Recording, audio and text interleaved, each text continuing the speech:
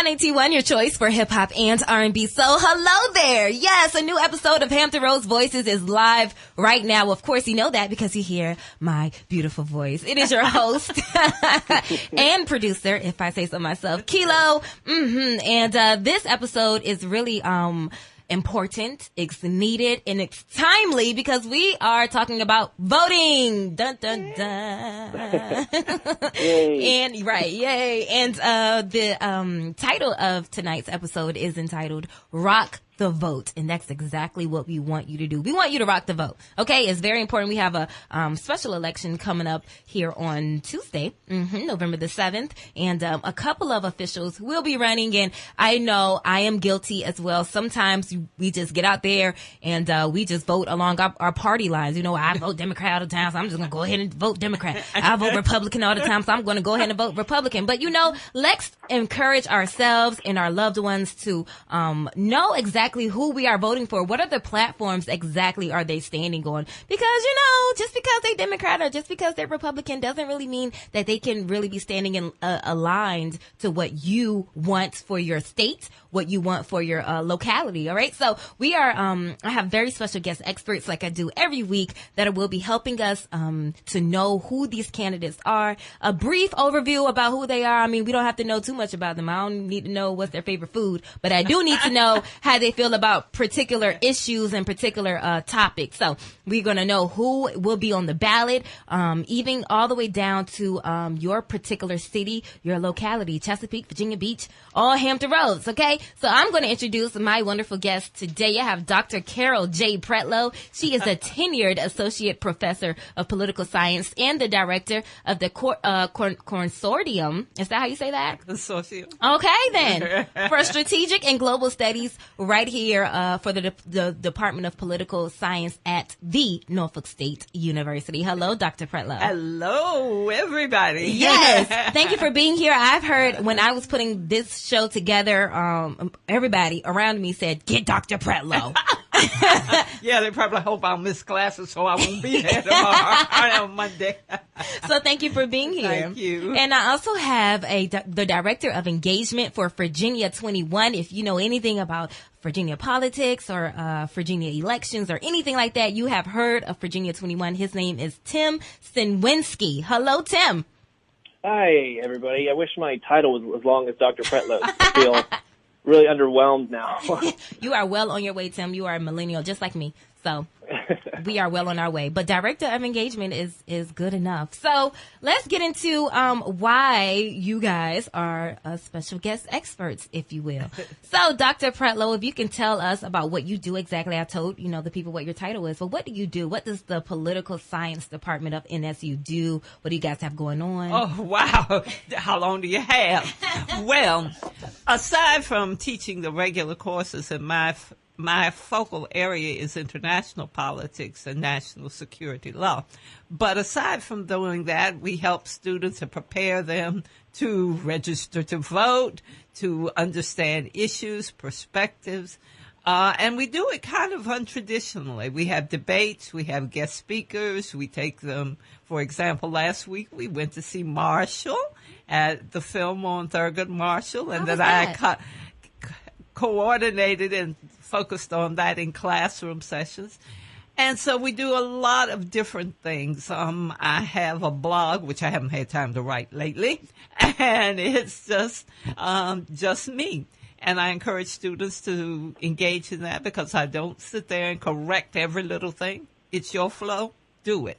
And so we do that. So we do a lot of non-traditional methods in teaching and getting people engaged. That's good because, there is a whole new, different generation coming up. Hey. And we are about to take over. So, some people We're already here. We are already here, Tim. We are already here. So moving on, Tim from Virginia 21, the Director of Engagement. Tell us about what you do in Virginia 21.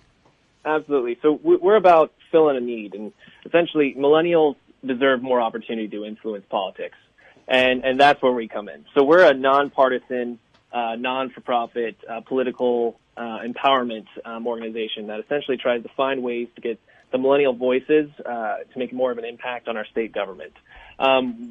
we don't say like we're part of one of the agendas of either party, because there's a lot of issues that tie us together, like college affordability, student health and safety, economic opportunity. These are all things that disproportionately affect millennials. So Virginia 21 tries to find ways to empower folks that are our age and give them more of a chance to be at the table where decisions are really going to be discussed. Absolutely. Absolutely. So he's coming from the millennial side of things who, not to say the Generation X and the baby boomers, they are unimportant, but we are here. And, So, they're fine. Yeah. But see, you all access information differently from the way we do. I'm a traditionalist with books and all of that, but you all got those devices, and Absolutely. immediately you can access information and understand it. So Yes. And I just want to say this is, it's kind of related, but, I was on Twitter and I saw a tweet, and, I don't remember the source that tweeted it, but it said that now the national, student debt is about $1 billion, and then it went into some other stuff. And some guy had retweeted it and quoted it and said, "Wow, only 3 people owe student debt." So that kind of goes to show you that that is one of the topics and the platforms that matter to us. I think that was a leaked student loan payment from me, actually. Absolutely. So, yes, of course, we welcome you, Hampton Roads, to share your voice and put in your 2 cents like you do every week. 823-9110, 823-9110 is the number. And I'm going to throw out a question for you. Are you voting? Are you voting? And if you are, why? And if you are not, why? 823-9110. Before we go right to the break, we have a new type of feel to Hampton Roads Voices, because now I have a big old team of interns helping me. Okay. It's not just me anymore. I have production interns. Shout out to all of my interns. And I sent out one of my interns. Her name is Brianna Glass, and she was out on the field. And we're going to call this type of segment Hampton Roads Voices Out and About. I like that. Out and about. So she went out and asked, are you voting? And if you are not voting, why? And if you are voting, why? So here this is, and we're going to get some live calls coming in, okay? 823-9110. Make sure you keep it locked. It's hot, 91. Okay, so on Tuesday, November the 7th, we will be having an election. Are you going to be voting in it? Maybe not. I wasn't tuned into that. But I am tuned into voting. I feel like everybody should vote. If you don't vote, then you shouldn't complain about what's happening in today's society. Are you registered to vote? Yes, I'm registered to vote. Will you be voting on November 7th? I think so. I will be. We'll see. So what motivates you to go out and vote? Well, I basically feel like you can't really have an opinion on what's going on if you don't vote. So my vote is to make a difference. For individuals that you see throughout the community that don't go out and vote, what would you suggest to them? Oh, vote. It's everything. I mean, it controls your everyday life. Even if you don't even know it, it controls everything.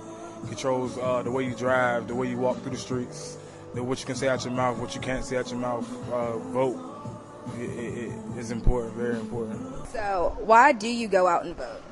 I vote because I wouldn't want somebody like the president that we have right now to be in office, because honestly, I feel like he doesn't know what he's doing at all.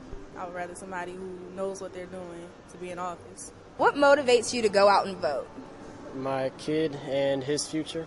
So do you feel as if the results of this election could change anything, or do you feel like things will still remain the same, it's just a different face behind it? I think it is change happening, but it just depends on that person's belief and if people voting or not. Voting is definitely a real thing, and it's just like, it don't just happen. I mean, things don't just happen because people think I don't know. I know voting is definitely real. I don't think it will personally, because the way the government is set up, technically we do have the right to vote and we choose who we want to be in office, but at the same time it's not really our decision. I feel like the way it's set up, it's already set who they want to be in our office anyway. So even if it's for an issue as if for education or health care, something that could help out not only yourself but other people that live in our state, you still don't feel like it would benefit at all? I feel like all this stuff is rigged, to tell you the truth. I feel like, they say you can vote or whatever, but behind the scenes, it's something totally different. So I feel like they say, hey, you can go vote, you'll make a change, blah, blah, blah. but then when it comes down to it, it's really somebody's say so. So I feel like, they say it's about the people, but it's really not. Since you're saying that the kids are our future and that we need to change things for them, what would you say to the younger voters who feel as if they don't need to go out and vote because their vote won't make a difference? I feel like more importantly, their vote matters than anybody else's, because the older you are, the less voice you have. Most people look to the youth because as things continue to develop, that's what will be in control. So if they don't vote, then it's like they won't get the answers they need because it's going to be somebody that they didn't support. Your turn. I want to hear from you, Hampton Roads, 823-9110, 823-9110. Are you voting in this election? Are you? It's very, very important. Are you not voting? I want to know why. Why you are and why you are not. It is Hampton Roads Voices. Rock the vote right here on Hot 91. Hot 91, your choice for hip-hop and R&B soul. It is a new episode of Hampton Roads Voices, and tonight's episode is entitled Rock the Vote. And that's exactly what we want you to do. We want you to rock the vote. And in order for you to do that wisely, we are here with special guest experts, Dr. Carol J. Pretlow and Mr. Tim Sinwinski. And they'll be telling us a little bit about these candidates, why it's important for you to vote, the importance of knowing who the candidates are, and everything having to do with voting. Okay, so election day is Tuesday, November the 7th. And yeah, let's get right on into the conversation. A little bit later, in about 2 minutes, we'll be telling you who to expect on your ballot. All right? So first things first, Tim and Dr. Pretlow, please explain to us how important it is as citizens for us to exercise our right to vote. Wow, now that could take forever. But the reality is, and I heard a young man a few minutes ago saying that he felt the elections are rigged. Mm-hmm. But they can't be rigged if you are out there and if you encourage your friend. Because guess what? If there is a slight problem, then there can be a force, or there can be people in the community, whether through the NACP, Urban League, and all, who can call for a recount or can call for the governor to investigate or to call for an investigation. Your vote, when you think about it, it goes from the bottom up. People think of the presidential elections and the congressional elections, but really the base of your activity is right here where you live. You know, the electricity, your housing, your schooling. So you want people who respect your interest in those and your needs. And for that reason, you need to get out there and vote for people who are familiar with your specific interests. Gotcha. What about you, Tim? Yeah, I agree with everything Dr. Pretlow said, but I also, democracy is not a spectator sport. And it can't exist unless people participate in it. And at the end of the day, when you're casting a physical ballot, that physical ballot counts just as much as everybody else who cast a physical ballot that day. We oftentimes think that voting is just about the candidates, but it's also about the issues. It's about also making sure that your voice counts. It's a rejection or an acceptance of how the candidates can, or the parties carry themselves, about the values they represent. And when we vote in, terms of our collective groups, that highlights our issues as well. So as I mentioned before at the top of the show, when it comes to millennials, when we just take college affordability, a large turnout of young people shows that we want something to be done about this issue. Our college costs keep going up, and we're going to vote so that there is an electoral consequence if nothing's done about it. If people make some promises about they're going to fix it, and then 4 years comes around and they haven't delivered on those promises, it's our opportunity to make sure that those folks don't have a job next time around, and we're going to put someone else who's in there. So really, when it comes down to it, it's not just about the candidates. It's not just about the civic duty. It's about making sure that your voice is heard, that your voice matters. And also, I guess it gives you the right to complain with integrity. You have that sense of superiority over your other friends who didn't vote. It's like, oh, you're complaining? Well, you should have voted. That's just, don't be a jerk about it, obviously, but, I guess I kind of am. Complain with integrity. I love that. Yeah. Yes, we want to hear from you, Hampton Roads, 823-9110, 757-823-9110. Are you voting in this year's election? Why or why not? And what what issues are most important to you? That's what I want to know as well. What issues in this election are most important to you? 823-9110, 823-9110. Now, according to a particular map and an article that I saw on 270win.com, it said that if a candidate named did not vote had been running in the 2016 U.S. presidential election, it would have won by a landslide. The candidate named did not vote would have beat Trump, would have beat Hillary. It would have won by a landslide. Why do you think so many citizens don't vote? I think it's a fear of the whole process. Or, first of all, they've heard the rumors, oh, you're going to wait, it's going to be a whole long time, you're going to stand in line forever and ever. Then they are a little intimidated by the fact that maybe they'll get questioned about whether they are registered. And I've been questioned a lot of times. So I tell everybody, I tell my students this, I carry my ID card from school, I carry my passport, social security number, anything they could possibly ask. I was like, okay, here it is. And I also carry the phone numbers, the office numbers of my elected officials. So I'm going to carry Congressman Bobby Scott's phone number, his office. I carry the mayor's phone number. So if I get challenged, I can say, okay, I'll just pick up the phone and call. And by the way, I'll call WTKR and Wavy. But a lot of people are a little embarrassed if they do get challenged. And that's not unusual for African Americans. I'm embarrassed by that for the country, but go prepared and, take a book or something in case you have to, or an iPad or something. What about you, Tim? Why do you think so many citizens don't vote? And what are some reasons that you have heard from non-voters why they don't vote? Sure, and I'm so glad you asked this question because I get so preachy to people when I say the did not vote candidate would have won. I've annoyed my whole family. I've annoyed my students. I've annoyed the staff to no end about this. And one thing that's also is important to recognize that there's a bit of a disconnect between where you should vote. And we don't have a lot of studies about, voter turnout. We really need to have some more. But the most cited reason why some people don't vote in previous elections before 2016 was they didn't know where they're supposed to go. They didn't know what precinct they were in. They didn't know if they were registered or not. We have things in place in Virginia for you to check on that. We have some stuff on virginia21.org that will help you find your polling location, even explains your entire ballot. So that's one side of it. The other side of it is that we hear personally from a lot of students and from other folks who are older than that too say, I don't think my vote actually matters.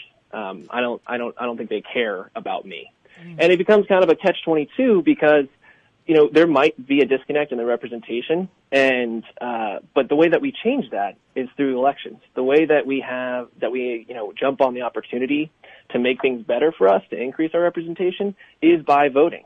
The state legislature in Virginia, which is also up for the election this year, you're right. Most of those people are actually way older than us. It's average of 50 plus on their ages. And the way that we demonstrate that millennials' issues are just as important as everyone else's issues, that our concerns are just as important as everyone else's concerns, is by showing up and proving to them that we do care, that we are paying attention. So,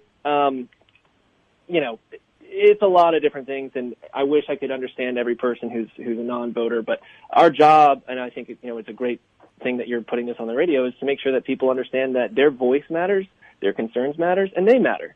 But voting is step one. Well, and you're right, and you all are so much younger than I, but I also, and I hate to do this, play the race card.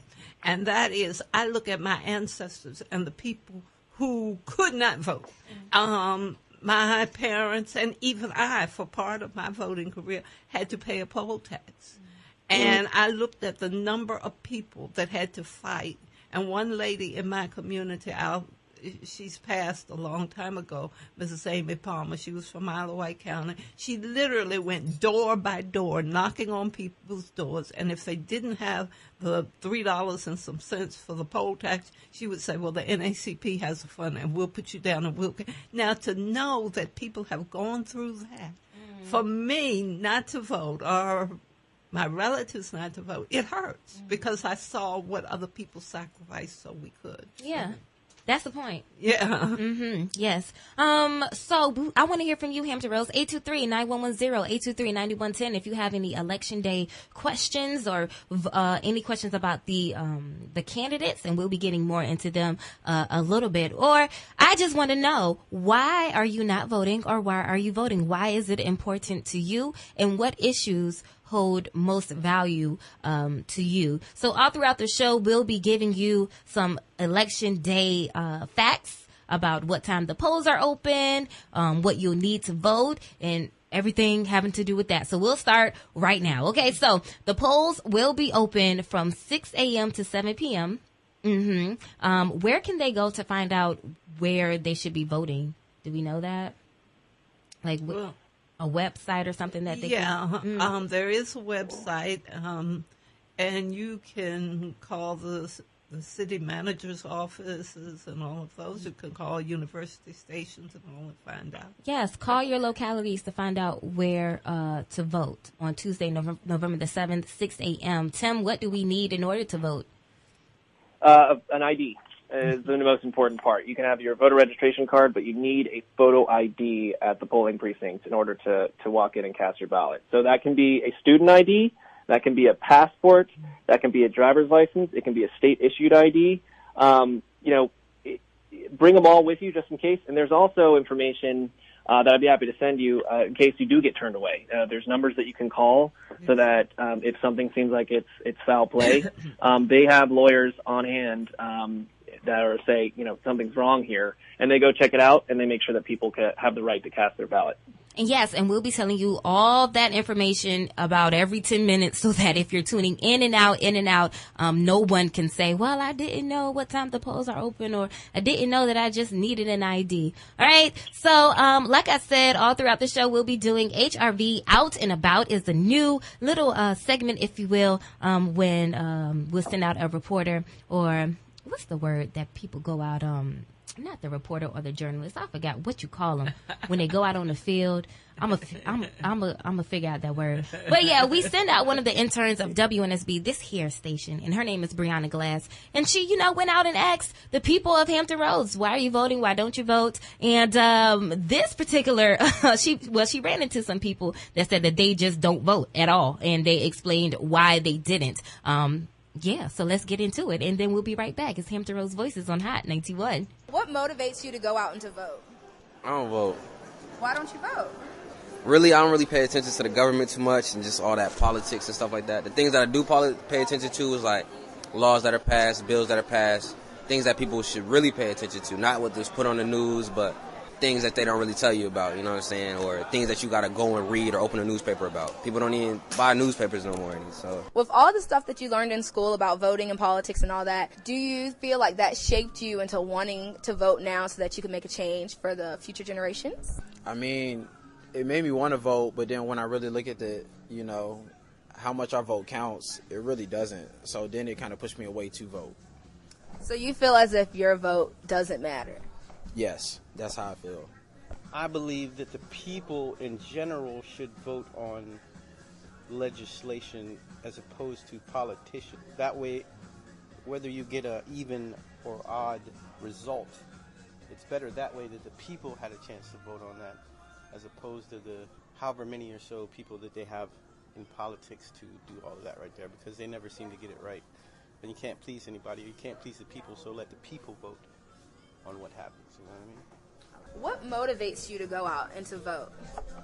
I do not vote because I don't trust anybody. I trust the people more than I trust the politicians. Hot 91, your choice for hip hop and R&B soul, in the middle of a very new episode, live in the studio of Hot 91. This is Hampton Roads Voices. Tonight's episode is entitled Rock the Vote, and we are we put this program together to try to get you to do just that, rock the vote, okay? We have a particular election coming up November the 7th, and trying to break the tradition of just going with our party lines. After you have been informed, if you want to continue with your party lines, of course, that's great, but don't just vote for that person because they're a Republican or because they're a Democrat. Learn who your candidates are, who will be on your ballot, so that you can go in there empowered, in the know, and know that you are doing the right thing for yourself and for your community, okay? I have special guest experts sitting in with me, and going to help us sort these things out. We have Dr. Carol J. Pretlow, and we also have Mr. Tim Sinwinski. Dr. Pretlow is from the Political Science Department here at Norfolk State University, and Tim is from Virginia 21. He's the Director of Engagement. Hello, you two. Hello. Hey. Yes, and thank you for being here. So let's get straight to it, okay? Well, first of all, what kind of election is on the way? What is it called? It's not a presidential. So Go ahead, Tim. So we have a gubernatorial election, and that's a fancy way of saying, governor. Mm-hmm. I would love to figure out where that name came from. But so we have all statewide offices are up for election this year. So the governor's administration, that's going to be on the ballot. The lieutenant governor, and we'll get into more about what that person does later, I believe, and the attorney general. All three are important offices that have effect on our daily lives, a great deal of impact on our daily lives. And beyond that, we also have all 100 of our House of Delegate members, so the folks who are actually writing the laws that the governor can pass or not pass in the House chamber, they'll all be up for election. 67 of those elections are contested, which is pretty much unheard of in the last few years in Virginia politics. So we can actually change the course in the direction of our state and where the policies are going and what kind of state we're going to be with this particular election. I mean, the importance, I know I'm a political nerd, but it really is like a really cool time to be in politics because we have an opportunity as voters that we've never had before. Absolutely.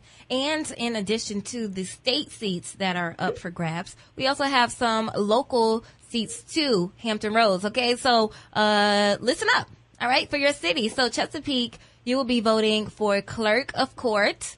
Actually, I'm going to do it by the position. So clerk of court, Chesapeake City is the only city that will be voting for that. For the commissioner of revenue, Chesapeake, Hampton, Newport News, Norfolk, Portsmouth, Suffolk, and Virginia Beach. Is that all 7 cities? 1, 2, 3, 4, 5, 6, 7. It sure is. All 7 cities will be voting for commissioner of revenue. For the Commonwealth attorney, will be on the ballot for Chesapeake residents. Hampton, Newport News, Norfolk, Portsmouth, Suffolk, and Virginia Beach. All right. You can also be voting for sheriff. I mean, yeah, that's important, but you might see sheriff on your ballot. I will go ahead and say the cities: Chesapeake, Hampton, Newport News, Norfolk, Portsmouth, Suffolk, Virginia Beach. All right. We're also voting for treasurer in Chesapeake, Hampton, Newport News, Norfolk, Portsmouth, Suffolk, and Virginia Beach. And like Tim just said, the member House of Delegates, all right? All 100, you said all 100 seats are up for grabs, Tim? Every seat, all 100 of them have to run an election, but only 67 of them have 2 people competing for the seat. Gotcha. Which is huge. That's almost never happens. Gotcha. All right, so those cities include Chesapeake, Virginia Beach, Suffolk, Portsmouth, Norfolk, let's see if we have Newport News in here. No Newport News. York County. I think I said Hampton before, but if I didn't, Hampton. Poquoson City. James City County. Yes, Newport News. Absolutely. Williamsburg. So it looks about every county around here in the Hampton Roads area will be having a member of House of Delegates on their ballot. Okay.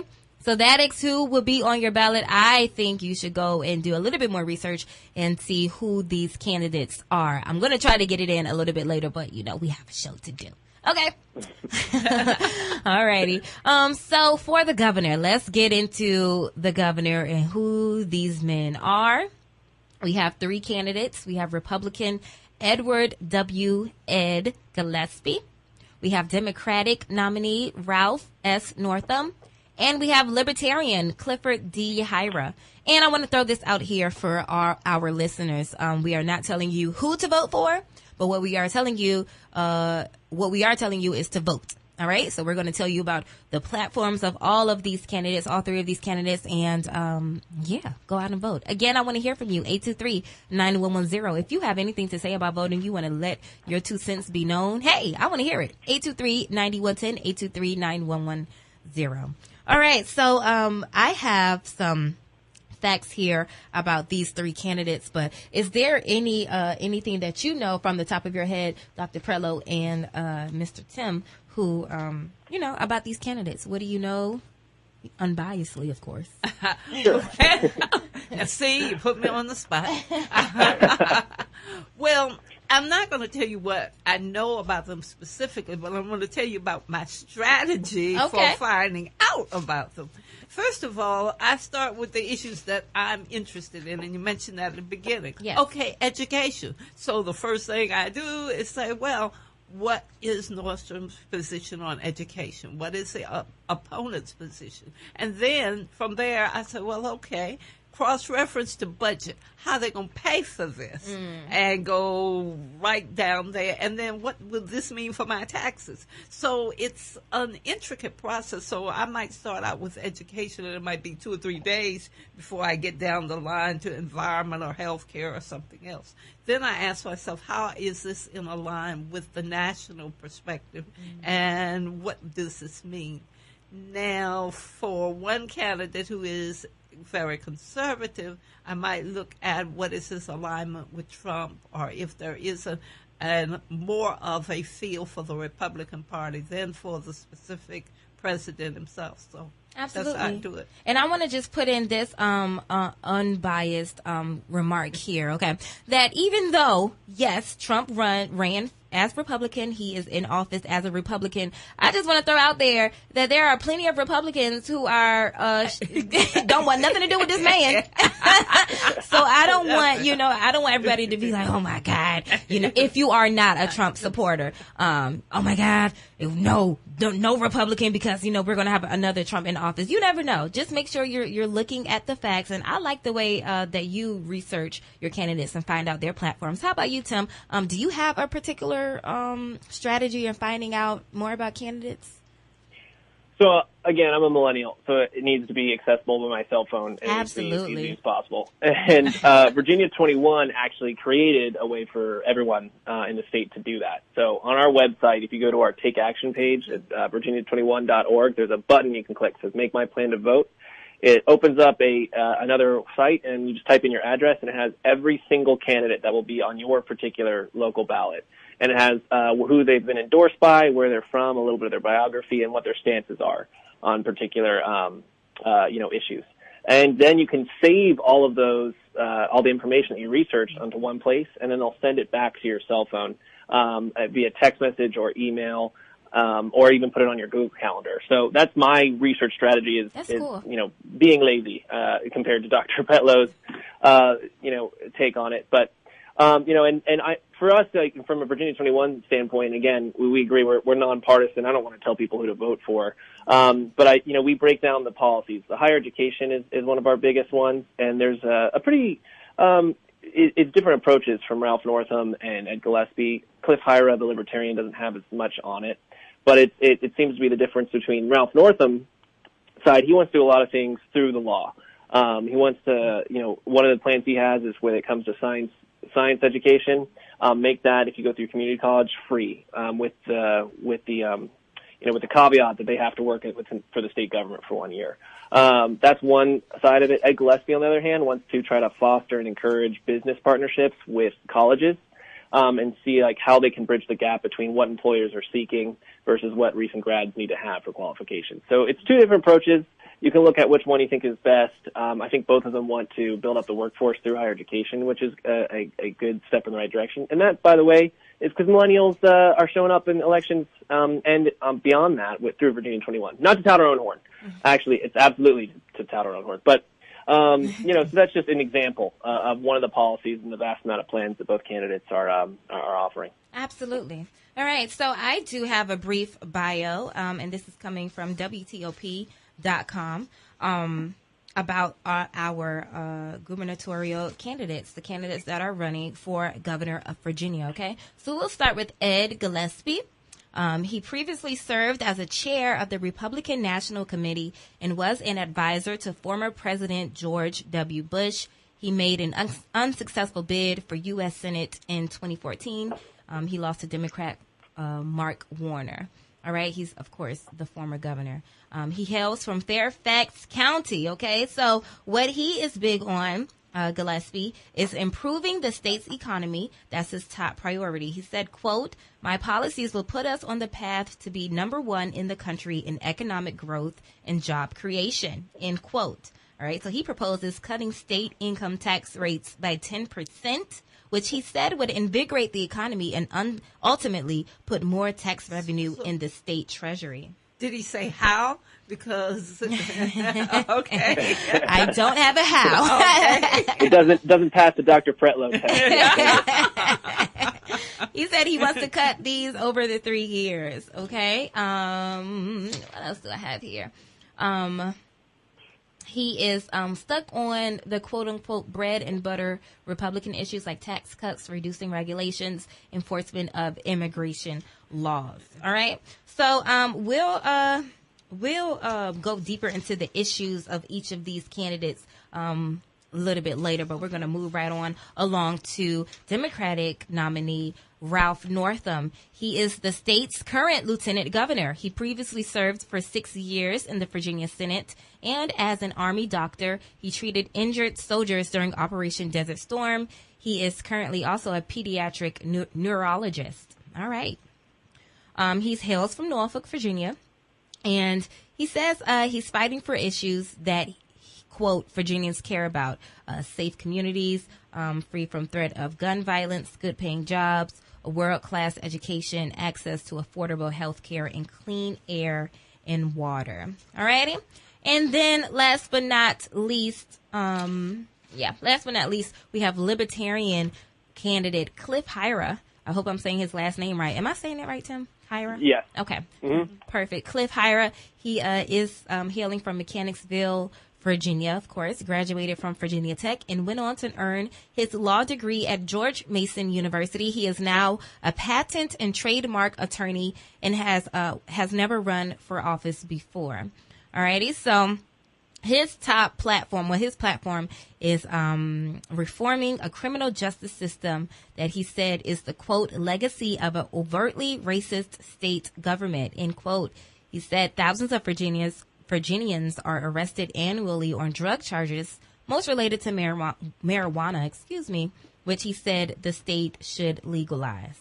All right, so those are your 3 candidates for governor.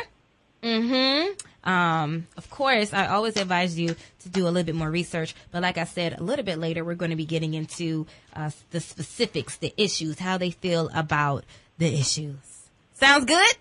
Sounds great. Okay. So we're going to take a I'm going to do it. Yeah. Me too. I need to do it. Perfect. So a little bit later, also, Hampton Roads, we'll be talking with Jackie Walker. She is the founder of the Man Foundation about the restoration of rights. Yes, I bet you didn't know. Well, some people don't know. Some convicted felons or people who have felonies on their record, they don't know that they can actually have their voting rights restored. Some people think they're gone forever. So we're going to be talking to Miss Jackie Walker in the 6 o'clock hour about how you can go about in applying to get your votes, your rights restored, the requirements, and so forth and so on. You are tuned into Hampton Roads Voices. Tonight's episode is entitled Rock the Vote. I'm sitting here with my special guest experts, Tim Sinwinski. He's the Director of Engagement for Virginia 21, and Dr. Carol J. Pretlow. She's from the Political Science Department of Norfolk State University. And we have you, Hampton Roads. We haven't had a call all night. What is that about? 823-9110-757-823-9110. I want to know, are you voting? Why aren't you voting? Why are you voting? What do you think this election will come? What will come out of it? What issues are dear to you? I just want to hear from you. Okay, 823-9110. Make sure you keep it locked right here. It is Hot 91. Hot 91, your choice for hip hop and R&B soul. New episode of Hampton Roads Voices is live right now, and tonight's episode is Rock the Vote. Yes, we want you to rock the vote. Go ahead and get to those polls on Tuesday, November the 7th, and vote for our states and local positions. All right. So before we introduced our three candidates, we told you who they were. We have Republican Ed Gillespie. We have Democrat Ralph S. Northam and Libertarian Clifford D. Hyra.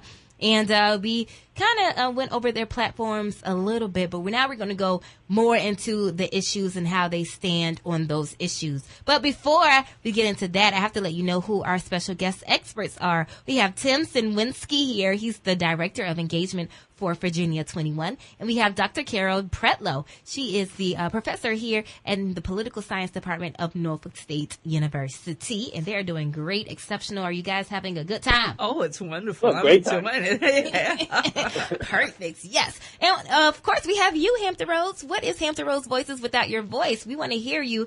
Are you voting in this election? Why or why not? And what issues are important to you? 757-823-9110, 757-823-9110. So this episode, we introduced a brand new type of segment called Hampton Roads Voices Out and About, and I sent out one of our correspondents. That is the word I was looking for.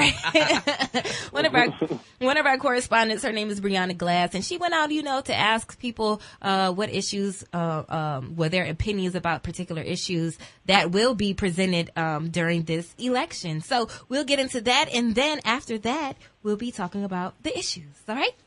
So if you could say one thing to any candidate about the healthcare system, what would you suggest? You make it affordable. That's it. Make it affordable. I mean, it's hard to get healthcare nowadays. It shouldn't be so hard. What changes would you like to see be done with healthcare in Virginia? For it to be more affordable to everyone and more easily accessible. So the things that you do care about, I know that includes healthcare. So how do you feel about healthcare? I believe healthcare should be free. Everybody should be taken care of. Why not? What would you like to see done with our education system throughout Virginia? I feel like there can be more schools. I feel like a lot of schools are overcrowded. Kids aren't getting too much attention. So I feel like if the community to come together, we can get more schools. What about education? Do you feel the same way about education? Education, I feel like, that's a whole nother subject. But I feel like everybody deserves their education, all of their education. But, that's a whole nother subject. So with helping the kids, do you feel as if our education system needs to be tweaked as well? I do. I feel like we had the same education system for a while now, but as technology continues to develop, I feel like we need to focus more on technology and incorporate it more into the school system. What changes would you like to see done within our political system? Just more programs dedicated to the youth. I feel like the youth is the future, so just focusing more on that instead of the current stage, just the younger ones, because that's where the future lies. Right. So, yes, that was Miss Brianna Glass, a correspondent and intern here at WNSB 91. And she went out and about to ask, the citizens of Virginia what issues were important to them and how they felt about it. All right. So with that being said, we're going to introduce the standpoints and the issues, platforms of the gubernatorial candidates. And, of course, Dr. Pretlow and Mr. Tim, you guys can hop in whenever you feel like it. Okay. So we'll start with transportation and metro. So that has been one of the things many citizens have, I guess they feel some type of a way about it in order for them to introduce how the candidates feel about it. So let's hop into it. Ed Gillespie, when it comes to transportation and metro, he wants to see the governance of metro reformed and to control costs before he would consider dedicated funding to support the struggling transit agency. He wants to protect money generated specifically for transportation so that it can't be spent on other services. He also wants to prevent union wages from being imposed on public-private partnerships, which he said makes such projects more expensive. All right? That is Ed Gillespie on transportation and metro. Ralph Northam on transportation and metro. He supports dedicated funding for metro, which he describes as vitally important to the region's economy and to the states. He said the state's leaders need to work with officials in Maryland and D.C. to identify funding and then take a plan to Richmond to seek support among legislators. He said that his experience in the Senate makes him the best candidate to drum up support for Metro funding among lawmakers who have been reticent to support. I don't think that word was supposed to be reticent. Maybe hesitant or something. To support tax increases historically. He went on to say he supported the 2013 transportation funding bill that had generated $2.8 billion for roads and transit, money that Northam said is helping to widen routes 28, Route 7, and Route 1 in Northern Virginia, and pave the way for improvements along Interstate 66 and 95. All right? That is for, and we can't forget about our libertarians. See, silly me. Mr. Clifford Hyra about transportation in Metro. He says that he would consider our options to help save Metro, but before he'd commit to new funding for the troubled transit agency, he'd want to see changes to the governance structure, the labor union structure, and would demand more cost savings. All right? Okay. Sounds good. All I gotta say is that I don't know what policy is the best one, but I hope they get something done because I can't stand driving into DC. It's awful. The traffic conditions are terrible. Absolutely. And Metro's the only option. So. Absolutely. And I'm thinking that is where the citizens that it matters to the most, if you will, those citizens lie in Northern Virginia, which is, when I'm traveling to DC, it is horrible. It gets horrible. So I can see why that would be a major concern to them. All right, moving right along. And, of course, I want to hear from you, Hampton Roads, 823-9110, 823-9110. What is your opinion? Okay, so I'll tell you this. This is, from our point of view, it is bipartisan, nonpartisan. We're not telling you who to vote for, but we are telling you to vote. But I do want to hear your opinions. If it gets kind of fiery and controversial, I encourage you to call in and get fiery. Okay? 823-9110. All right. So moving right along to education. We heard about education in our little out and about segment. So for Mr. Ralph Northam, the Democratic nominee, how he feels about education, he pledged to support traditional public schools and wants teachers to have a greater say in policies developed at the state level. He will make community college free for students preparing for certain in-demand fields and who agree to repay their education by working for the state, a nonprofit, or moving to an area where their skills are needed. That is Mr. Ralph Northam, with Dr. Ralph Northam on education. Ed Gillespie on education, the Republican nominee, he says he wants to review the standards of learning testing process to make sure that the tests measure, quote, the right thing at the right time, end quote. He also wants to measure a student's improvement and has proposed education savings accounts that, similar to vouchers, would help students and their families pay for private education. He also will make it easier to create charter schools. Okay. we can see who was okay. Without endorsing any candidate, I do agree that education is important. And I think that we cannot use the same models that we used way back when my parents were kids, or even when I was a child. The standard of learning test and all, for concrete finite knowledge is great. What is the capital of Virginia? Fill in the blank. But we have moved beyond that. Yeah. Students need to learn how to process information and apply it. So those standard of learning stuff, I'd get rid of it. Yeah. But I understand that we need to give more attention to cultivating the skills of students. For that, we need more funding for education. And for heaven's sake, does nobody realize that teachers need to be paid more? Yeah, and I'm not running for office, but they do need to be paid more. Absolutely. Because every single occupation starts with a teacher, elementary, high school. And so why do we expect phenomenal results if the baseline isn't taken care of? Nicely said. Dr. Petlow, maybe you should run for office. That sounds like a pretty good stump speech. I know, right? And look, I can't agree more with a lot of the things that she's saying. I think to boil it down, our education system right now, especially K through 12, is bent on teaching people what to think and not necessarily teaching people how to think. Exactly. And that's one of the reasons it's so important that people get some form of higher education. And I don't mean just going to a 4-year traditional college or whatever makes sense. But when you get into those spaces where you have to start challenging your perspective and becoming more intellectually mature, that's going to be at the higher education level. It should start before, but that's where we are right now, which is why it's so important that people can go to college. That's why it's so important that we do something about the constantly increasing cost of college and something to do about student loans, not just for the people who are getting them now, but for the people who already have them. And I'm saying this probably as an act of desperation from someone who has student loans. But if the cost of college is this, and the thing is, this is again why it comes back to why it's so important that young people make an impact on elections. Because I mentioned earlier in the show, the majority of the people who are making these laws that have to do with college affordability are 50 or above. And they went to school in a time when you could work a summer job and pay for school. You could work during school and pay for school. You could take out a few loans and you could pay them off in a few years. That's not the case anymore. The average student takes on more than $30,000 worth of student loan debt just to get their bachelor's degree. I worked 3 jobs the entirety of my academic career, and I still have above average student loans. It shouldn't be that way, because these are just people who are trying to become the people that they want to be.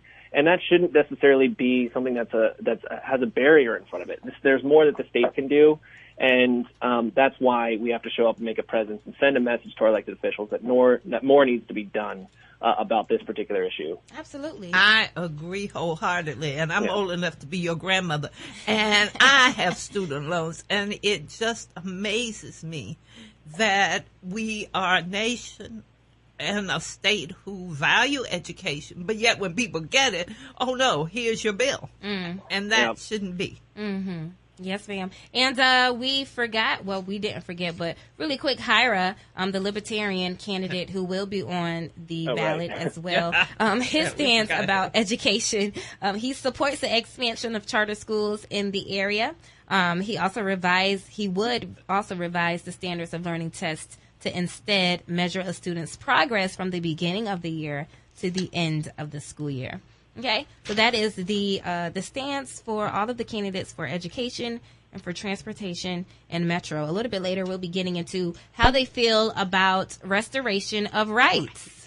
How they feel about the restoration of rights. Really quick, I do want to, I know in the wake of the devastation with all of these gun violent crimes, mass violent crimes, I know a lot of people want to know, how do they feel about gun control?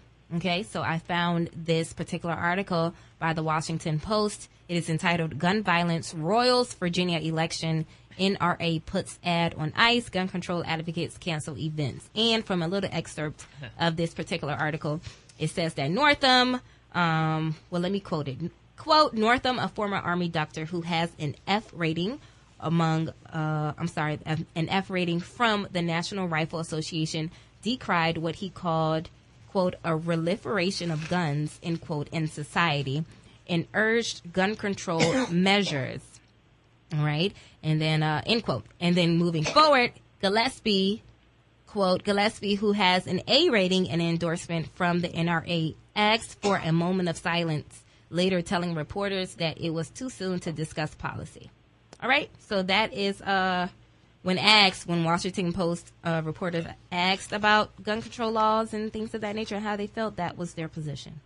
Okay, all right, so coming up, we're going to take a quick break because, it has been brought to my attention that the fans of Hot 91 want to hear more music. And I listen, I understand. But sometimes we have to bring the topics, which includes us talking. So we're going to play, 1 or 2 songs to get you in the groove. But when we return, we'll be talking to Miss Jackie Walker of the Mann Foundation about restoration of rights, how you can get your rights restored, even though you have a past felony on your record, okay? We're going to be talking about what these candidates feel about restoration of rights, and also a little bit about lieutenant governor. What is a lieutenant governor? What do they even do?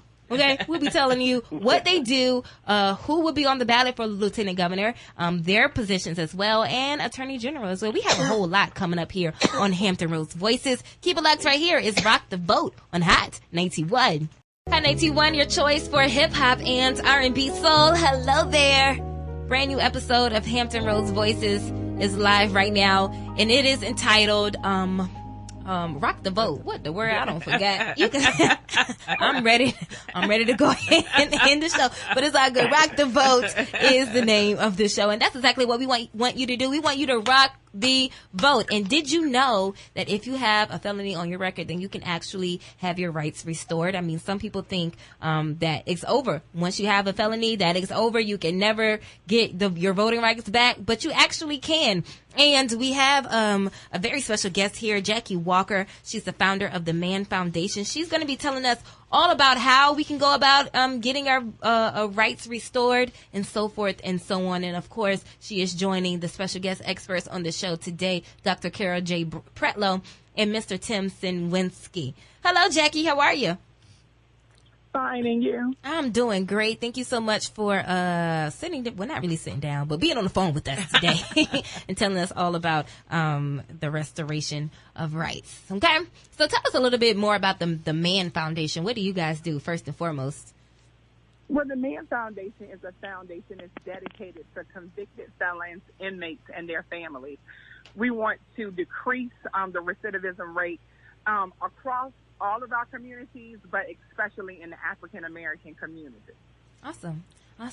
Alrighty, so let's get into restoration of rights. So what are the requirements, Jackie, for a convicted felon to have the voting rights restored? And, of course, Dr. Pretlow and Tim, you guys can hop in here as well. But go ahead, Jackie. Well, I'm going to speak directly from Virginia. Okay. Please do. From Virginia, I just want to let you know is that when you lose your rights, you lose your civil rights.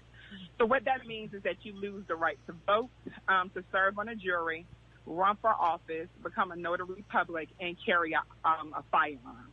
However, when the governor is able to restore your rights, firearm is not included in there.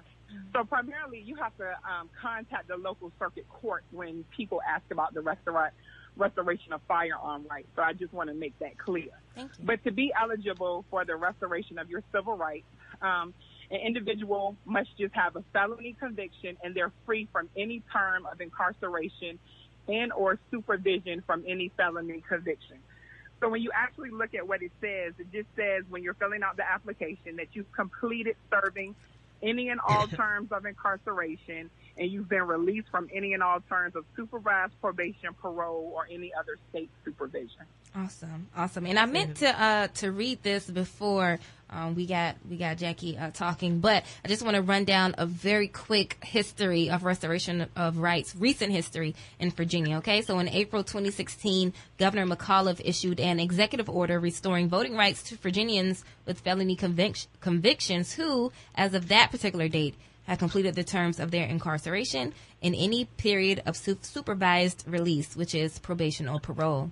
All right. These orders were challenged in court in July of 2016. The Virginia Supreme Court ruled in Howell versus McAuliffe that they violated the state constitution. So in August of that same year, 2016, Governor McAuliffe announced that his office will issue restoration orders on an individual basis to Virginians with completed sentences, starting with the approximately 13,000 citizens who had their voter registrations canceled in the wake of that court decision.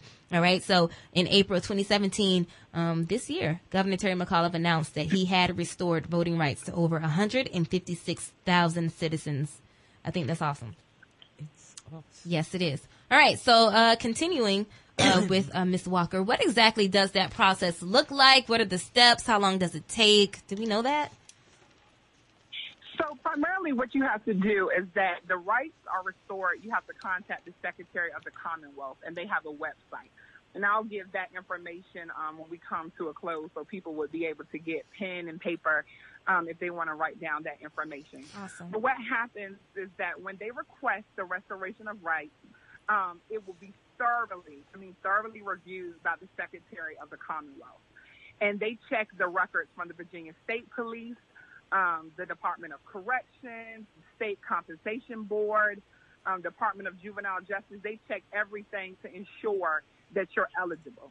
And in addition to completing your incarceration and your supervised release, then they consider other factors, like if you have an active warrant or if any other concerns should be flagged.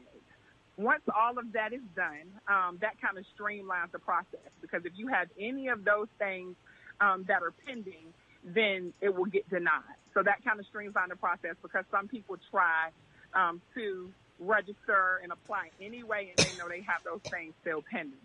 But what happens is, after the governor's approval, the Secretary of the Commonwealth, they'll mail you and issue our personalized restoration of orders to the individual. And the review process usually takes about 2 to 3 weeks after an individual has kind of contacted the office.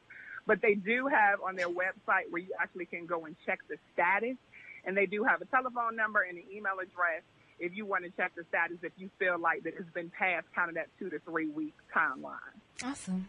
Alrighty, so why is it important, in your opinion, Jackie, why is it important to restore these voting rights to these returning citizens?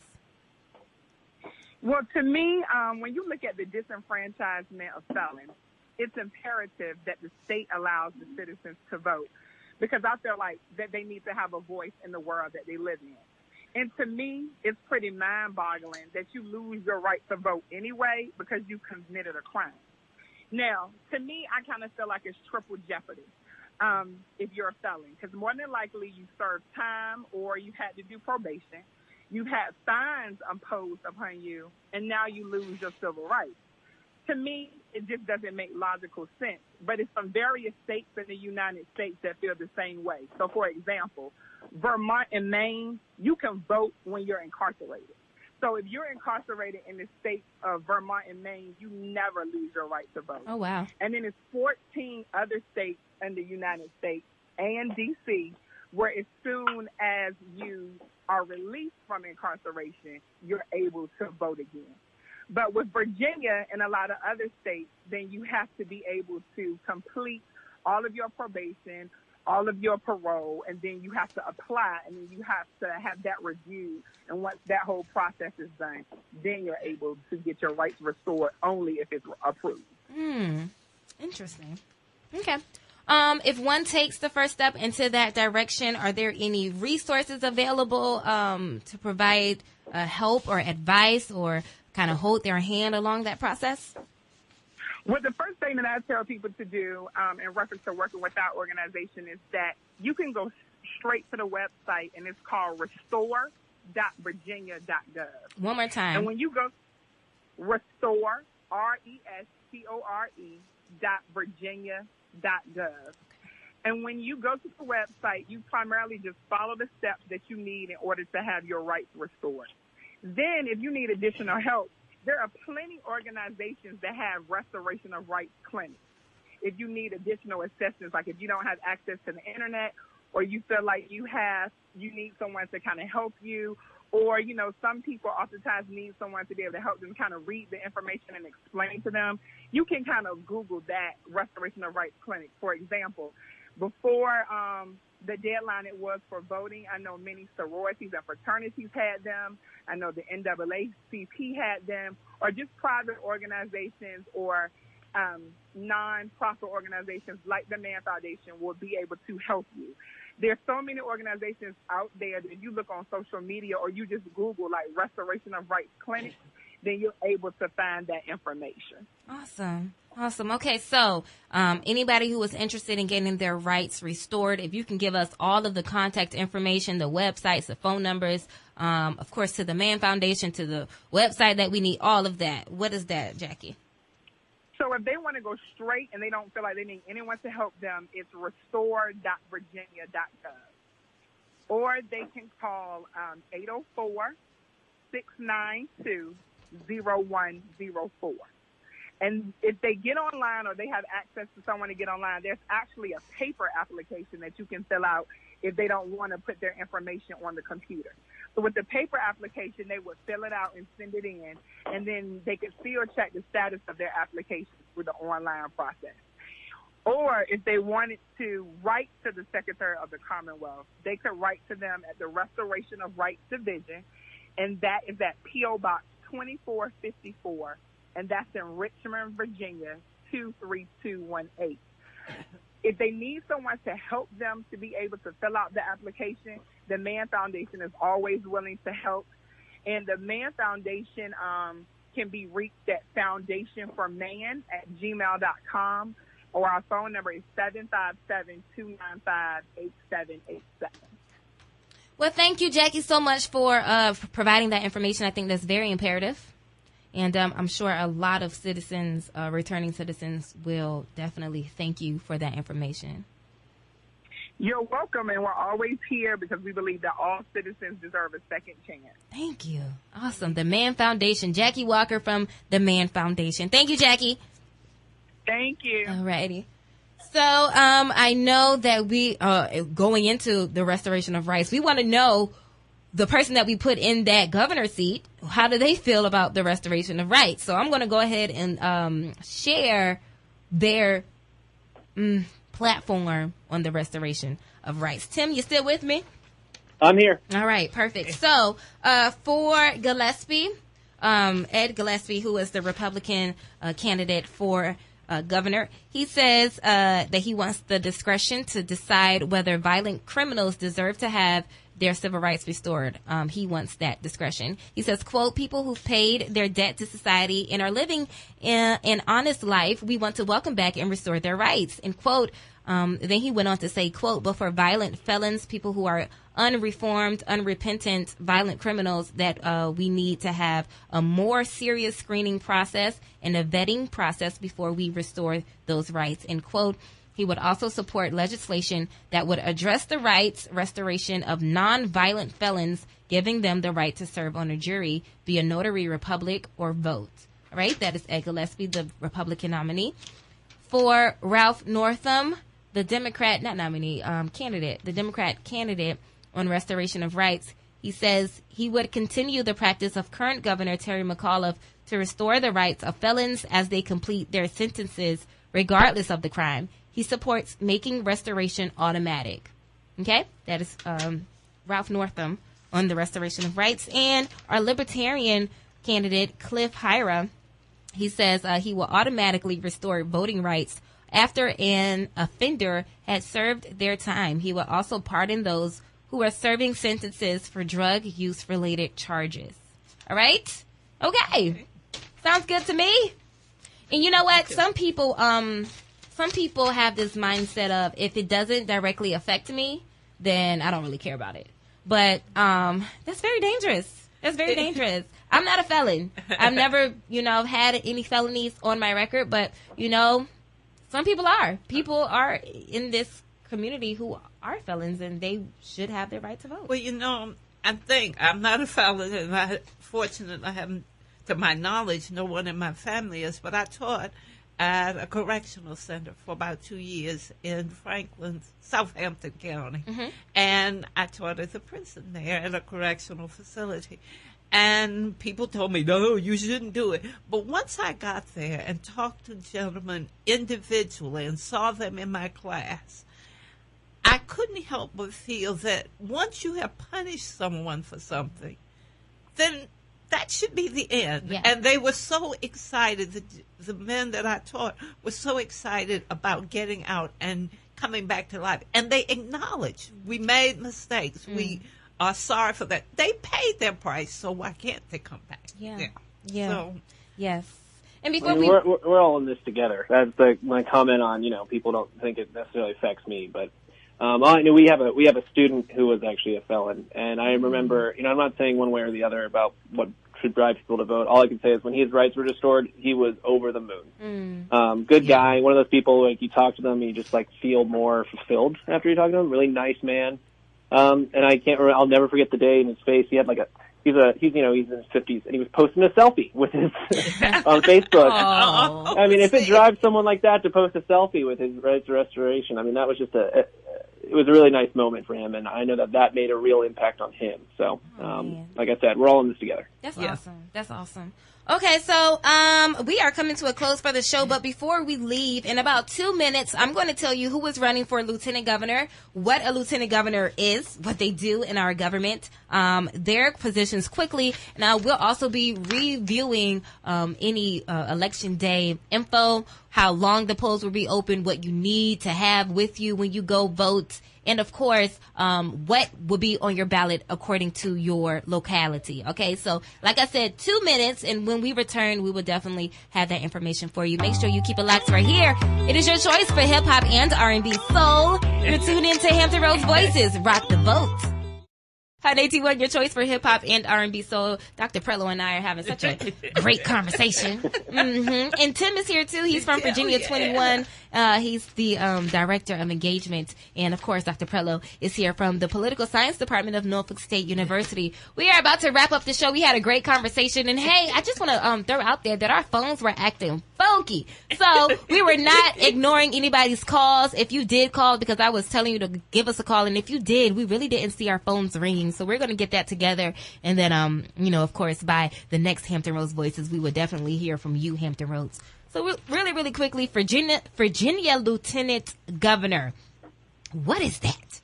What is that, Kilo? I'm going to tell you. So, in Virginia, the lieutenant governor serves as a part-time role presiding over the Senate, a largely ceremonial post. The lieutenant governor can break tie votes, all right? But a narrowly divided Senate with Republicans outnumbering Democrats 21-19 as of now, it can make the candidates' positions especially relevant to voters this election. So, it's important to have that tiebreaker standing with you and what you believe in your rights and all that stuff like that.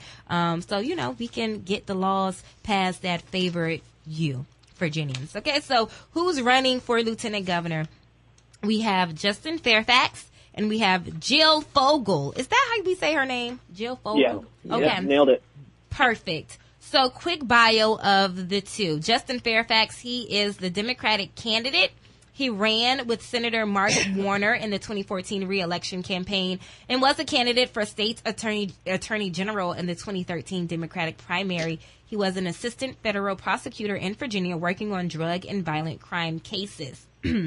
Okay, and then for Jill Vogel, she's a Republican candidate. She served in the Virginia Senate since 2008. Served as a Department Energy lawyer under George W. Bush, and was the legal counsel for the Republican National Committee. She leads her own law firm and works with right-leaning groups on election.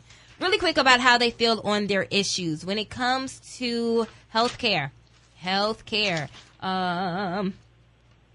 Mr. Fairfax, Justin Fairfax. Where are you, Justin Fairfax? And on healthcare. My papers all mixed up, but it's okay. We'll share Jill's position on health care. She does not support expanding the state's Medicaid program, which she says eats up a quarter of the state's general fund budget and is growing. Okay, so that's how she feels on health care. I really wish I had Justin Fairfax information in front of me, but doing my own research, I know, don't quote me, Hampton Roads, but I know that he is in favor of expanding the Medicaid's program. Okay? Yeah. Yes. What I do have in front of me is Justin's stance on the economy, and then I'll share Vogel's. So Justin, he would raise the minimum wage to $15. Currently, it is $7.25. He also advocates for more workforce training to help Virginians fill higher-paying jobs. He opposes 2 proposed natural gas pipelines that would cross through Virginia.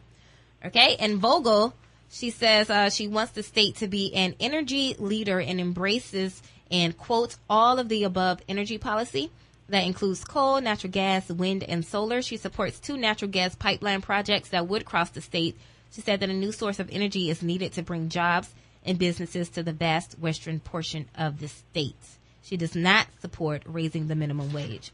All right, I highly suggest for you as a citizen to be informed, to go ahead and look up more about how they feel about health care and gun laws and things of that nature for your lieutenant governor of Virginia. They will definitely be on your ballot on Tuesday. What else will be on your ballot on Tuesday will be, of course, the governor. We have Democratic candidate Ralph S. Northam. We have Republican candidate Edward Ed Gillespie. And we have Libertarian candidate Clifford D. Hyra. We just went over the lieutenant governor. We have Attorney General. We didn't even tap into the Attorney General, even though I wanted to, but we had such a great show, it doesn't really matter. So we have Democratic candidate Mark R. Herring, and we have Republican John D. Adams for Attorney General. All right, for your local seats, for the clerk of court, Chesapeake City, you will be voting for Clerk of Court. For Commissioner of Revenue, all 7 cities, Virginia Beach, Suffolk, Portsmouth, Norfolk, Newport News, Hampton, and Chesapeake will be voting for Commissioner of Revenue.